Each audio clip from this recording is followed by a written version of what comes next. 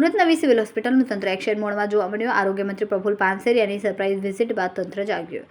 હોસ્પિટલમાં ટાઇલ્સ બદલવાની સફાઈ અભિયાનની કામગીરી યુદ્ધના ધોરણે શરૂ કરવામાં આવી. દર્દીઓ માટે રાહત, કારણ કે હવે દરેક ગેટ પર વ્હીલચેર સાથે કર્મચારીઓ હાજર રહેશે.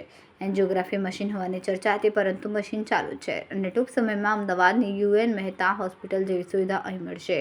આજે રવિવાર હોવાથી દર્દીઓની ભીડ ઓછી થતી, જેનો લાભ લઈને આખી હોસ્પિટલમાં ઊંડાણપૂર્વક સફાઈ અભિયાન હાથ ધરાયું. માનનીય આરોગ્ય મંત્રી શ્રીની ગઈકાલની જે સરપ્રાઇઝ વિઝિટ થઈ એ વિઝિટ દરમિયાન એમણે જે કંઈ અવલોકનો કર્યા અને એ બાબતે જે કંઈ સૂચનાઓ આપવામાં આવી એ હોસ્પિટલ પ્રશાસન તરફથી તાત્કાલિક એનું અમલીકરણ ચાલુ કરી દેવામાં આવ્યું છે.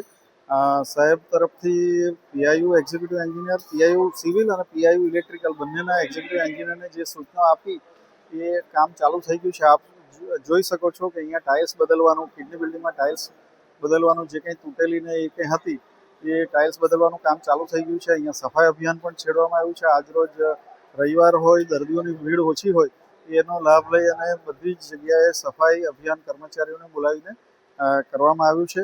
અને તદુપરાંત જે મશીનની બાબત હતી, એન્જિયોગ્રાફી મશીનની, એ એન્જિયોગ્રાફી મશીન કાર્યરત જ છે, જે બંધ નથી. એમાં કેટલાક મીડિયા દ્વારા એ પૂછા કરવામાં આવી હતી, પરંતુ એ મશીન ચાલુ છે, જે બ્રેઇન અને પેરિફેરલ વેસલ્સ માટે આપણે ત્યાં કાર્યરત છે. એમનો જે હાર્ટનો પ્રશ્ન હતો, હાર્ટની એન્જિયોગ્રાફી પણ આ મશીનથી થઈ શકે, પરંતુ આપણી પાસે એવો સ્ટાફ અને કાર્ડિયોથોરેસિક સર્જન અને બીજી સુવિધાઓ નથી.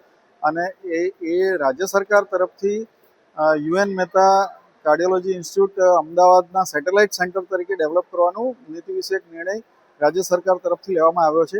એટલે ભવિષ્યમાં એ કરવામાં આવશે. તદુપરાંત જે વ્હીલચેર ને એની જે બાબતો છે એ દરેક ગેટ પર વ્હીલચેર સાથે માણસ રાખી દેવામાં આવ્યો છે, એટલે કોઈ પણ વ્યક્તિને જરૂરિયાત ઊભી થાય તો તાત્કાલિક એને વ્હીલચેર મળી શકે.